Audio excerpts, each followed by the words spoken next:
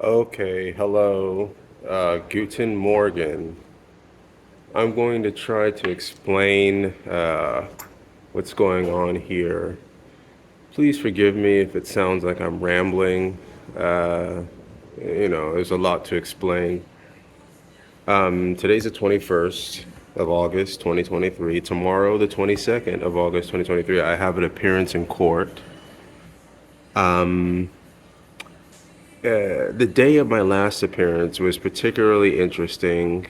I was called to enter a plea or something like that, and the judge was like, "Yeah, like, hey, what's up, dude? What do you plea?" I was like, "Not guilty," and then the judge is like to the prosecution. She's like, "Okay, prosecution, what do you have to say?" And they're like, "We don't have anything to say. You know, we're not proceeding with, like." They're like, nothing, Your Honor. And so the judge is like, okay, case dismissed. Now, this is interesting because when I was detained, the guy that was hired to defend me, his name is David. Okay, this guy told me that I had a charge of larceny from Macy's. I told him that's bullshit. Yeah. Well, he persisted with this story, and at one point when I was on Rikers Island, he recommended that I take an offer that was made by the prosecution. He says the prosecution made an offer. They said they're willing to let me have time served, and I was like, no. And he's like, well, I recommend you take this offer because if you do, we can just focus on the other accusations. You get this one out of the way. And I was like, no, dude, like, it's bogus. Like, I never, whatever. And he's like, well, I think it's a lot of blah, blah, blah. He's trying to convince me to take the offer. I told him no. Okay. He said that if I don't take the offer, then if it goes to trial, or when it goes to trial, whichever, he said that it's going to be, I'm facing a year. So there's more pressure. Weeks go by, weeks go by. He brought it up several times over the weeks, trying to convince me to take it. At one point, he told me I was foolish for not accepting the offer. Okay, so eventually I was bailed out. I got out of jail on bail.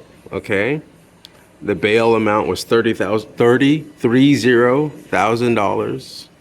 Okay, I one of the first things I did was when I got my property, I was able to send an email. I sent an email to David. I said, "Hey, David, please send me a document containing the following information." And I listed the following information: the date, the time of each accused action for each of the accusations, right? The location, and a small description of what is actually being accused of me.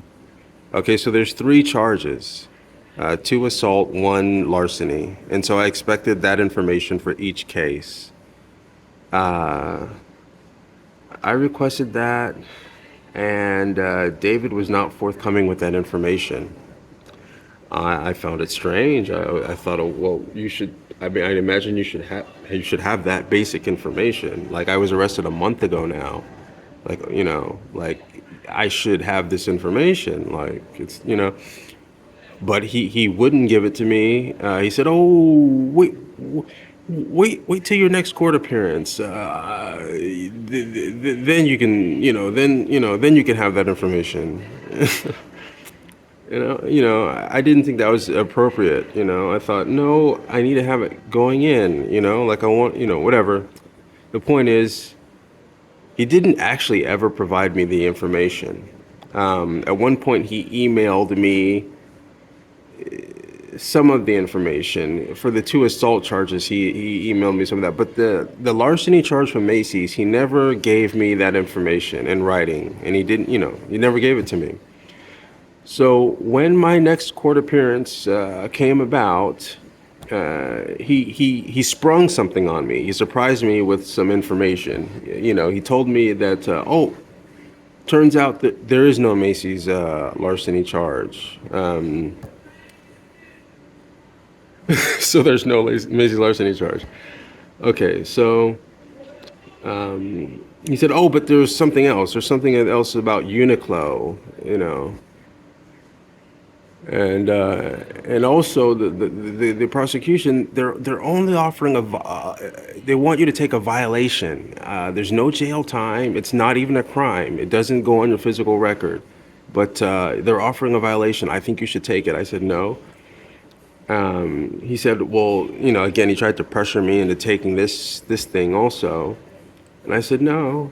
Like, I remember what happened at Uniqlo. I didn't break the law. And what's more, this case has already been dismissed." And I told him that from the get-go. Yeah.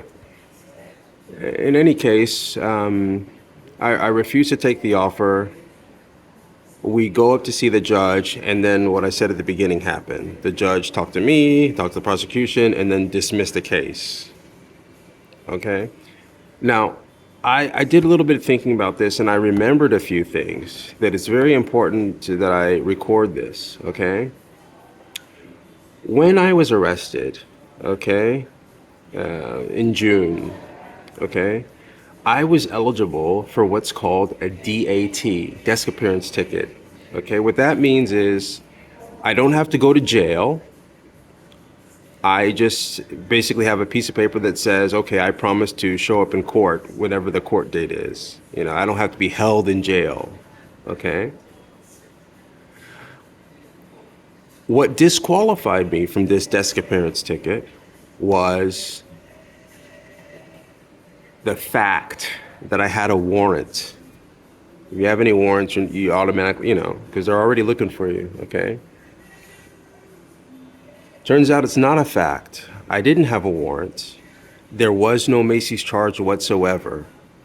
Okay, so that was fabricated to disqualify me for the desk appearance ticket.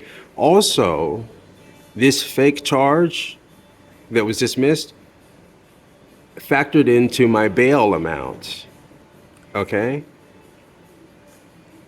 So, before this warrant, which, there's no warrant, I had a record of appearing in court for the last several times that I was asked to appear in court. And so I would have had a very low bail amount, if any. But it was because of this Macy's larceny case that they fabricated a warrant on.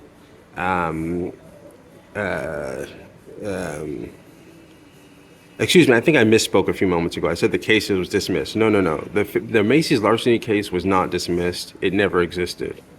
I want to be clear about that. The Uniqlo case, whatever. The point is that